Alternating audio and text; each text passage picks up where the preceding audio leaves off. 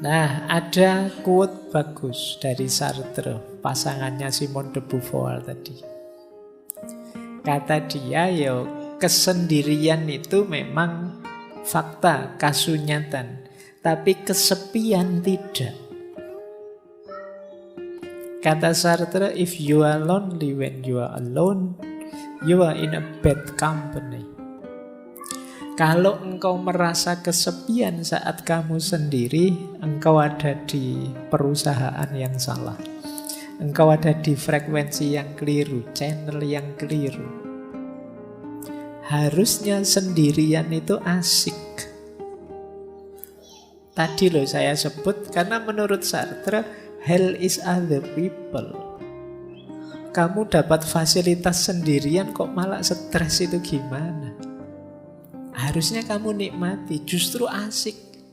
Kamu bisa bebas. Coba ada banyak orang lain, kamu tidak bisa ngapa-ngapain sudah. Jadi misalnya kamu di masjid ini agak sumuk, kan nggak berani tiba-tiba nyopot baju terus. Gimana nggak bisa. Kenapa? Ada orang lain.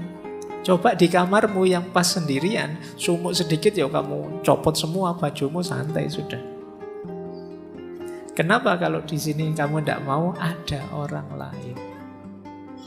Hadirnya orang lain kalau di Sartre itu ya menyusahkan saja, membelenggu kebebasanku.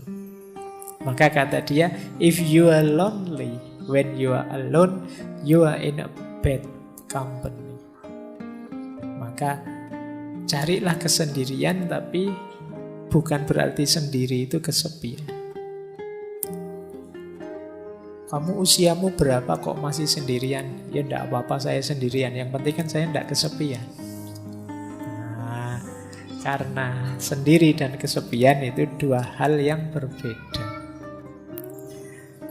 Baik, jadi versinya Sartre ya, kita memang harus merayakan kesendirian tanpa harus merasa kesepian. Baik, sekarang kita masuk ke tadi kesendirian, sekarang kesepian. Kalau ini yang menyakitkan, yang lonely. Tadi kan ada kesepian, kesendirian. Ini yang bagian kesepian. Ada banyak sekali jenis kesepian. Ada namanya kesepian emosional. Kesepian emosional itu tidak ada hubungannya dengan ada banyak orang atau tidak. Tapi jiwamu memang jiwa sepi. Meskipun malam hari ini mungkin puluhan teman di sekelilingmu, kamu merasa sendirian. Berarti apa? Emosimu yang kena. Kena mental ini sudah. Jadi temannya banyak loh, kok masih merasa kesepian. Ramenya bising di sekeliling, kamu merasa asing sendirian. Ini kesepian level emosional. Ada orang yang seperti ini. Jadi kesepian itu ternyata tidak selalu harus sendirian. Banyak teman pun orang bisa kesepian. Jadi rumusnya ternyata bisa bolak-balik ya. Sendirian tidak mesti kesepian, kesepian tidak pasti sendirian.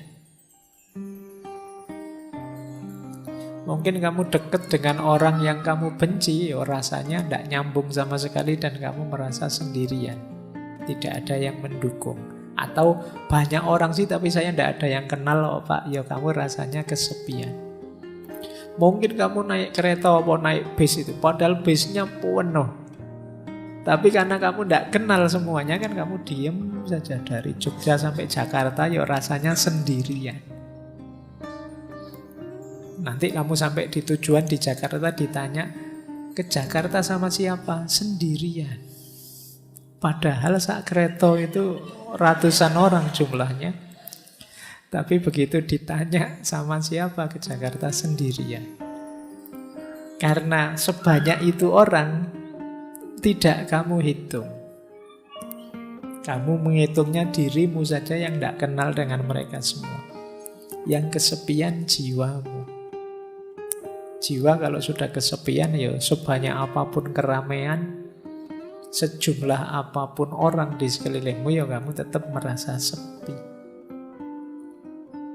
Ada kalanya sepi itu karena mungkin kamu kenal, kamu ngerti, tapi mereka tidak paham dirimu. Nah, itu kamu juga biasanya merasa kesepian.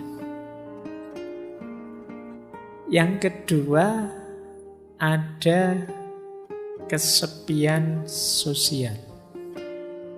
Ini terjemahan saja. Kesepian sosial itu, kalau ini kuantitas.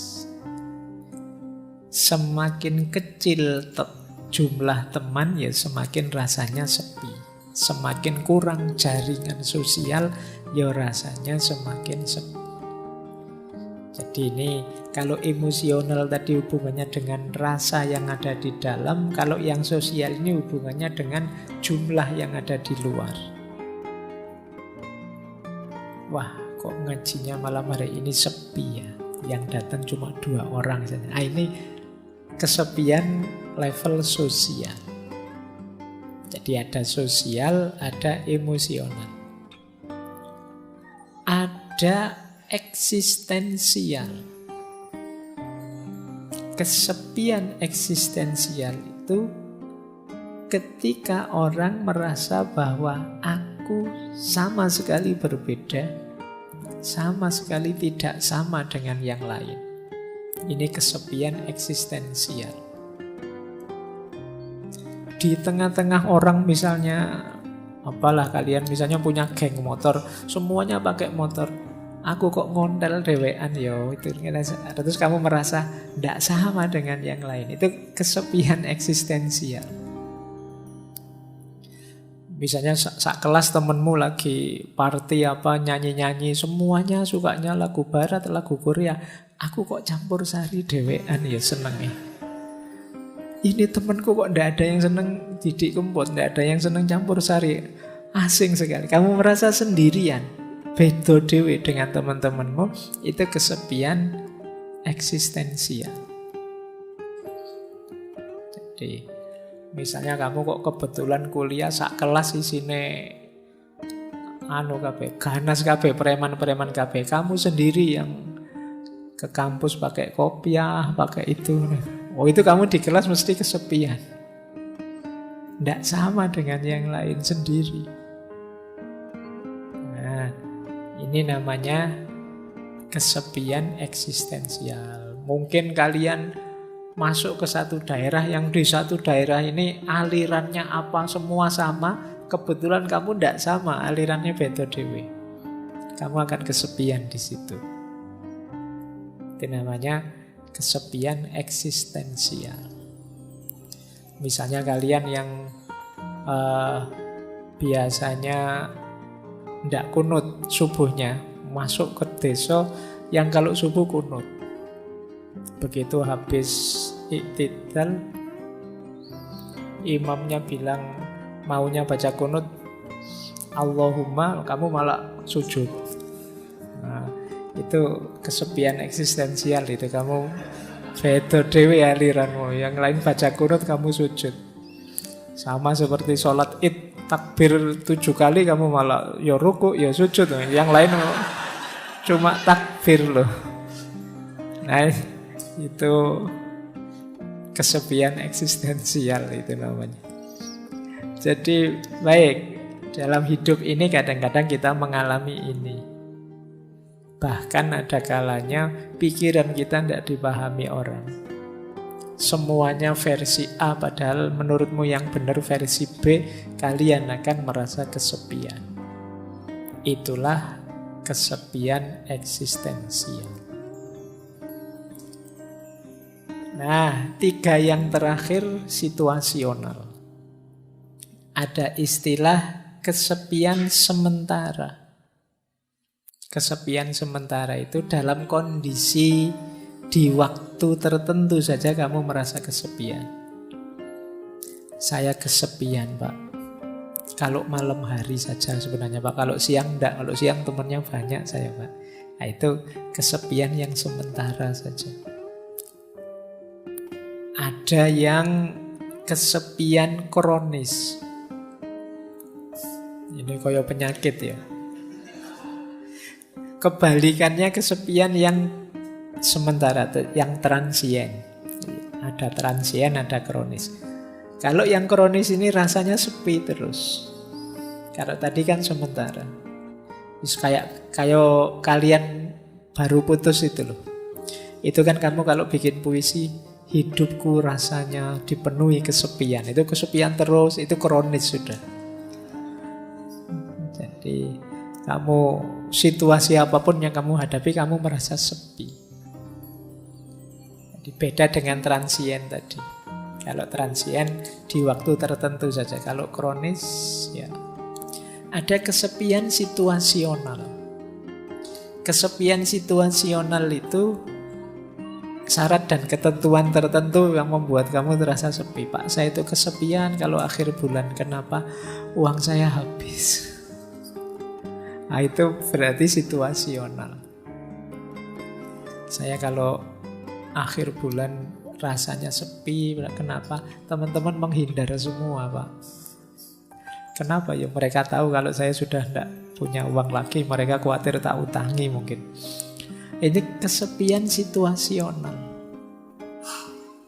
Mungkin ada yang merasa sepi kalau pas belajar, pas ingat dosa-dosa muhasabah atau pas apa. Itu namanya kesepian situasional. Jadi dari sini sebenarnya bisa kita simpulkan tidak ada orang yang tidak mengalami kesepian. Setiap orang punya kesepiannya sendiri. Termasuk orang, mungkin teman-teman ada teman saya ini Pak rasanya ceria terus, senang terus. Mesti dia gembira terus, enggak. Pastikan saja dia pasti punya momen-momen sepinya sendiri. Entah kapan, entah dalam situasi apa. Mungkin saat nilainya jatuh dari A jadi E, rasanya sepi. Atau mungkin pas sakit, atau mungkin pas apa. Meskipun kesendirian itu kasunyatan, tapi ternyata kesepian juga kasunyatan. Karena apa? Karena tidak ada orang yang tidak punya titik sepi dalam hidupnya. Setiap orang punya titik sepinya sendiri. Apakah itu emosional, sosial, eksistensial, apakah sementara, kronis, atau situasional. Jadi, kalau menghadapi kondisi semacam ini berarti baik kesendirian maupun kesepian adalah sesuatu yang harus kita terima. Jadi jalan pertama untuk menyikapinya, jangan menyangkal. Terimalah bahwa, oh iya Pak, saya kadang-kadang memang merasa sepi. Entah dalam situasi apa. Bahkan nanti di belakang kita masuk ke tema orang yang sengaja ingin menyepi. Dalam agama ini mulia. Jadi yang jelas, kesendirian dan kesepian itu dua hal yang sama-sama eksistensial kita alami dalam hidup kita. Nah, ada yang